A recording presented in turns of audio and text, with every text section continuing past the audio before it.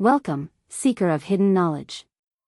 Today, we journey together into the shadowed corridors of time, to the lands of ancient Babylon, where magic wove its threads through life, death, and the unseen realms beyond. The Babylonians, those architects of civilization, were not merely builders of cities and codifiers of law, they were keepers of secrets. They whispered to the stars, read omens in the entrails of sacrifices, and summoned powers with incantations that echoed in the halls of the divine. Babylonian magic was divided into distinct roles, the most notable being the Ashipu and the Mashmashu. The Ashipu was the exorcist, the healer, the intermediary between the human and the divine. It was both sacred and perilous. It was a bridge between mortal and God, a tool to ward off evil or, if wielded with darker intent, a dagger plunged into the heart of an enemy's fate. They wielded words as weapons, crafting incantations to combat sickness, misfortune, and supernatural afflictions. They were not merely practitioners, they were guardians, protectors against the chaos that always threatened to encroach upon the ordered world. The role of the Ashipu extended beyond healing. These magicians were skilled in divination, interpreting the gods' will through celestial signs, the movement of animals, or the shapes left in sacrificial entrails.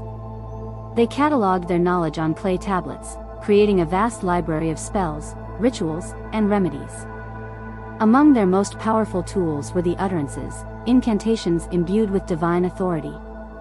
The right word, spoken in the right way, could command even the fiercest demon. One of the most enigmatic texts from this era is the Maklu, a series of incantations burned into clay tablets. Maklu, meaning burning, is a ritual of purification, a weapon against witchcraft. But do not be fooled by its name, for within its lines lies a paradox. The magic it denounces is the very magic it employs.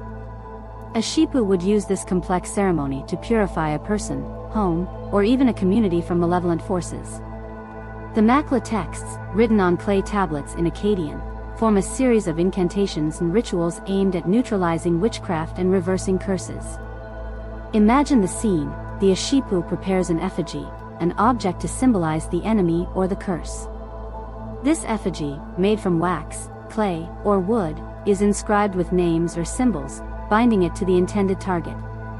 The exorcist recites a series of chants, invoking the great gods, Shamash, the sun god who sees all, Ea, the god of wisdom who holds dominion over waters and knowledge, and Marduk, the chief deity of Babylon, whose power could crush the most fearsome evils. The effigy is then burned in a ceremonial fire.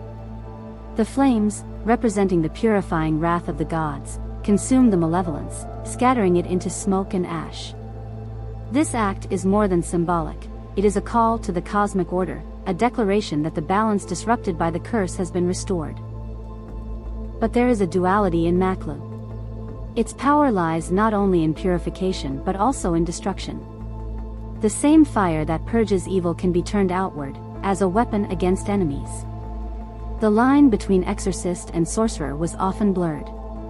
After all, to undo a curse is to understand how it is made. The incantations call upon the gods and spirits, binding them to the sorcerer's will. Shamash, the sun god, and Ea, the lord of wisdom and water, are invoked to judge and cleanse. Flames consume symbolic effigies, burning away curses and enemies alike. Yet, as the fire crackles, one must wonder, what other forces awaken in the smoke? Seeker, know this, Babylonian magic was not born of whimsy. It emerged from fear and awe, a dance with the unknown. Demons such as Lamashtu, the devourer of infants, and Pazuzu, the bringer of plagues, were constant threats. The ancient sorcerers sought power not for glory, but for survival.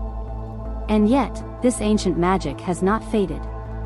Modern practitioners of the occult, those who walk the path of the dark arts, often study the Makla texts and the practices of the Ashipu. The binding of effigies, the invocation of higher powers, the use of fire as a purifying agent, these echoes of Babylonian ritual persist, their meanings transformed but their essence intact. Even the concept of naming is power, the belief that to know something's true name is to wield dominion over it, originates from these ancient traditions. To the Babylonians, names carried the very essence of a being, mortal or divine. This idea survives in modern occult practices, where names, sigils, and symbols are employed to channel intent and energy. The shadows of Babylon stretch long, their echoes whispering through the centuries. Modern practitioners of the dark arts draw inspiration from these ancient texts, mimicking the chants, the symbols, and the fire-etched spells of the Makhluk. Consider the use of sigils, a practice steeped in occult tradition. The sigil, that arcane mark imbued with intent, is but a descendant of the Babylonian seal, a sacred tool to command the divine and the infernal alike. And the grimoires of today, those black books of forbidden knowledge, how different are they from the cuneiform tablets of old? Both are repositories of power, their language obscured to all but the initiated. But beware, seeker. The path of knowledge is not without its dangers. To call upon these ancient forces is to awaken something primal, something that does not forget nor forgive. It is said that the gods of Babylon were not bound by mortal morality, and their gifts often came with a price. Perhaps that is the ultimate lesson of Babylonian magic. It is a mirror. What you summon reflects your own desires, fears, and power. And like a mirror, it can shatter. So I ask you, what would you risk for a glimpse into the divine? Would you dare to tread where the ancients walked, to speak the words they dared not whisper? The magic of Babylon lingers still, like an ember buried deep in the ashes of history. It waits for those bold enough to uncover it, for those willing to pay the cost. So I ask you, seeker, what would you risk for a glimpse into the divine? Would you dare to speak the ancient words, to call upon the gods and spirits of Babylon, knowing they answer only to those bold enough to command them, and cunning enough to survive their wrath? The magic of Babylon lingers still, like an ember buried deep in the ashes of history. It waits for those bold enough to uncover it, for those willing to pay the cost. But remember, seeker, knowledge is not always wisdom. And power is never free. Choose wisely, seeker. And never stop searching the truth.